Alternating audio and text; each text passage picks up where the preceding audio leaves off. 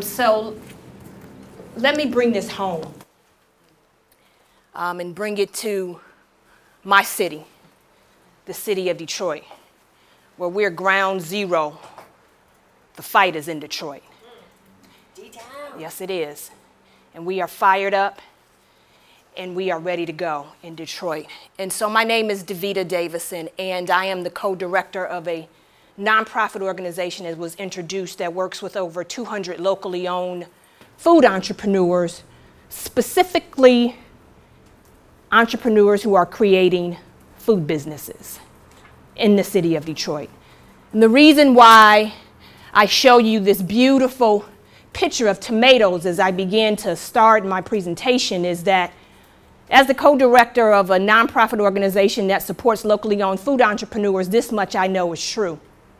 When I walk into a supermarket, not Walmart, because I do not go to Walmart, but when I walk into a supermarket, one of the things that I know is that this beautiful kind of like abundance of tomatoes tends to be pretty impressive at first glance. But what I know is that it is also representative of a failing industrial food system, right? What I know is that our industrial food system, at the same time that this industrial food system provides abundance to citizens all over the world, there's a paradox, because there's abundance on one hand and there's injustice on the other hand. So this beautiful kind of like bounty of tomatoes to me represents not only significant abundance, but this paradox of injustice. And so I encourage you the next time that you are in a supermarket to peel back the layers and take a closer look. I bring this picture up because I too live in a city that's characterized by abundance.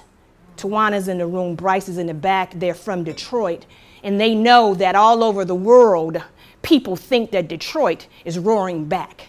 There's this narrative that's being told to the world that Detroit is revitalizing, that it's rebounding, and it's going to be the greatest comeback story in the history of America. Maybe. Maybe. But there's one thing that is for certain, that there's a paradox happening in the city of Detroit that bothers me. Because on one hand, this narrative that's being told that Detroit is roaring back and it's going to be the greatest comeback story because it was the largest city in the United States of America that filed for municipal bankruptcy. On the other hand, our city is still suffering. For me, because I am a food justice advocate, it bothers me that in our city, 70% of Detroiters who are adults are overweight or obese. It bothers me that 40% of our children who live in the city of Detroit are overweight and obese. It bothers me that 30% of Detroiters who live in neighborhoods live closer to fast food restaurants, party stores, and gas stations than they do within a grocery store. That bothers me. And it bothers me that in Southeast Michigan, more than 200,000 babies live in poverty. And it bothers me even more that in this country, poverty is treated as a charity issue. Hunger is treated as a charity issue, when I'm here to tell you it's a justice issue. It's a justice issue because this is my city. It's a paradox, you understand. It's a paradox because as we begin to talk about policy, my city was created as a city of 88% African Americans as a direct result of policy that is rooted in anti-blackness. Hear what I'm telling you. This is the southeast map of Michigan. It's the southeastern Michigan. You want to know where Detroit proper is? Do I need to tell you all where Detroit proper is? Those blue dots are representative of Detroit proper. Little orange dots on the bottom represent an area within Detroit that we call Southeast Michigan, and that is a predominantly Latino and Hispanic community. You all have to understand that policy created a city that is composed of 88% African Americans. And within that city tends to be African Americans who are, number one, suffering from inadequate access to healthy food. As a result of that, tend to die. faster because of diet-related diseases like hypertension, high blood pressure, high cholesterol, obesity. And around the city of Detroit, those red dots represent our suburbs, which tend to be whiter, which tends to be well-resourced. And what we know is that quality produce can be found in the suburbs when no quality produce can be found in the city of Detroit. This much we know. This is fact, people. And so not only do we know that, is that we know that this began in the city of Detroit, not as a result of Mayor Coleman Young. So forget what y'all heard about the mayor and that black folks can't govern themselves, because that's a lie, and I'm here to tell you that. The depopulation of the city of Detroit happened well before then. Not only is this the map of Southeast Michigan, I'm here to show you that we even know what a dividing line is. That's how stark this is. The dividing line is a mile called 8 Mile Road. The blue dots, again, represent the African-American community. On the other side of 8 Mile, this time it's the green dots, represents the suburbs, which tends to be the white community. If you all don't think that's a direct result of policy, then I'm here to tell you that what happened is that as Detroit began to lose its population, as a direct result of policy, because there was something that was called the urban revitalization plan, right? That drove freeways right through our community. So you want to talk about, we talked about Black Wall Street, and we want to talk about the physical violence of Black Wall Street, right? The bombing of Black Wall Street. What happens during urban revitalization when they drive freeways through African-American residents, communities that were economic strongholds in those communities, right? And they did that because there was housing that was attached to it.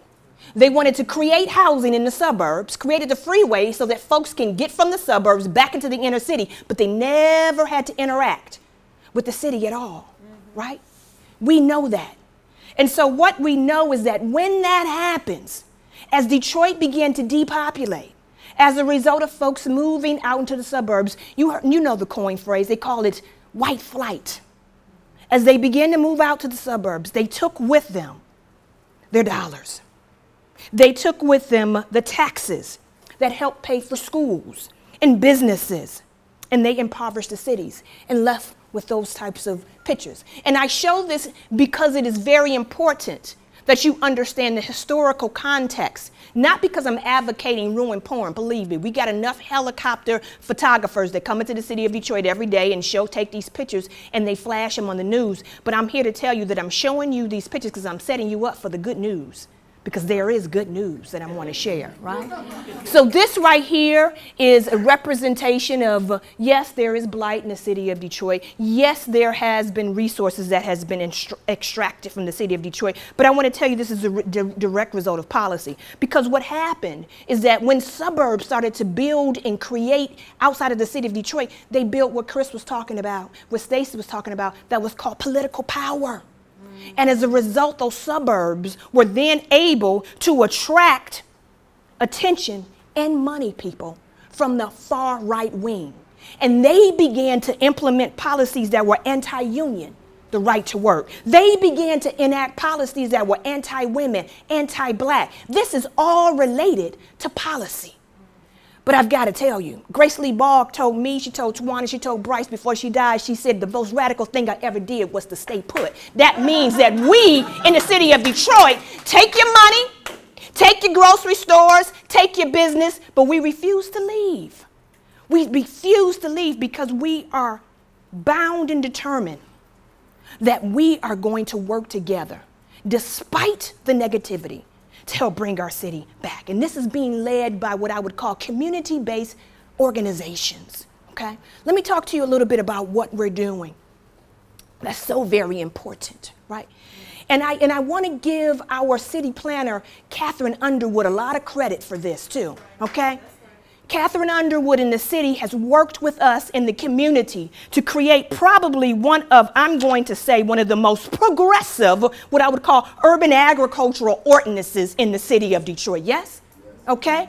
And what that urban agricultural ordinance takes into consideration, we thought, how do not only do we create food meaning we grow food in our own communities. Let me put it to you like this. Detroit is 140 square miles. It is huge.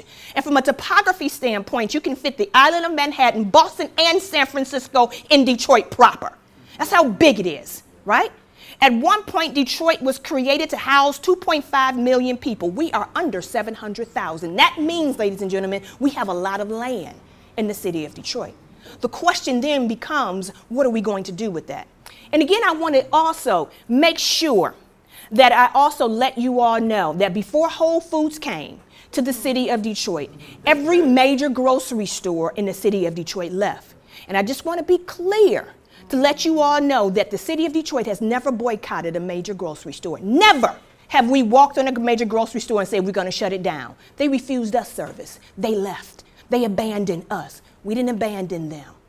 But one of the things that we did is we decided if no major grocery store in the city of Detroit is going to offer us high quality produce, damn it, we'll grow our own, okay?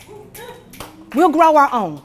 And that happened as a direct result of a program that Mayor Coleman Alexander Young started that was called the Farm-A-Lot program. Because this is what he knew.